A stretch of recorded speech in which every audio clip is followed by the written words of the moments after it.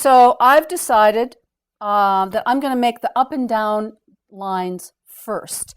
So here's my center front line. I don't want anything to really be about the center front. I want it to be asymmetrical. And I know I like diagonal lines. So mine's going to be different than the originals, but with that French touch, that little French flavor. So there's one cut. And then, let's see, I'm going to replicate that lower band. So let's make a line here. And of course, you can put this anywhere you want it to be. And then I'm going to kind of replicate this other vertical line. So let's go from there to there. Now, I said I wasn't going to relate to the center front, and I am, after all. But this is going to stop right there, see? And I want to put one more line in at the bottom. So there we go. So now what I can do is I can cut up my pattern pieces and sew them back together again. So what I will want to do is I will want to label. So this is right front. This would be,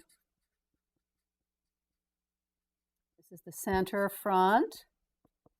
This is the left front. Now, is that right? Oh, okay. I don't know my right hand from my left, because what you want is you want it as it's going to be on your body. So this is actually the right front, and this is the left front. So we'll correct that. That's the left front. This is the right front, center front. So this is the right front band, or bottom. Left, thank you. Left, front, bottom, and right front, bottom. The thing I can see happening with this, there's a couple things. One is, remember, we start with the grain line. So you want to draw the grain line onto each of your pieces. So I like this nice little chunky see-through ruler for that purpose. So what I'm going to do is I'm going to draw my grain line here. So on each piece, so when I go to cut my fabric, the center front has the grain line, but see how I'm using that as a reference point? And actually, all you need is a straight line. Those little arrows are optional. Okay. So that gives us our grain. Now, the other thing you're going to want is matching. For instance, here, I'm going to do a matching line that I am drawing at, see, at right angles to the cut line. Okay, and what I will sometimes do is I'll color code them.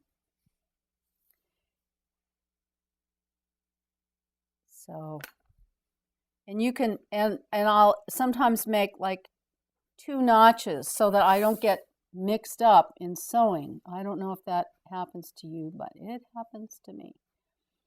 So it's like this could be the red ones. Here, see, I'm going to want to mark that.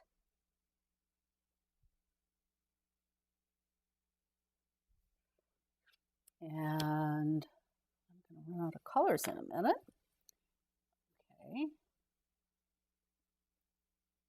Let's do 3 here. And see, can you see on this longer seam? This is a pattern maker's trick, but I'm giving myself 2 places to match it, because when that's cut, it's going to have a tendency to stretch a little bit. The shorter seams aren't quite as crucial. Let's see. I'll use red here too. Okay, so now we can cut this up and sew it back together again. I made an earlier rendition so you can see that the back would relate to the front. Okay, back isn't quite as complicated, but chances are if a detail is used on the front, something is going to go on the back. Something will go on the sleeve. Even in inexpensive ready-to-wear, that happens.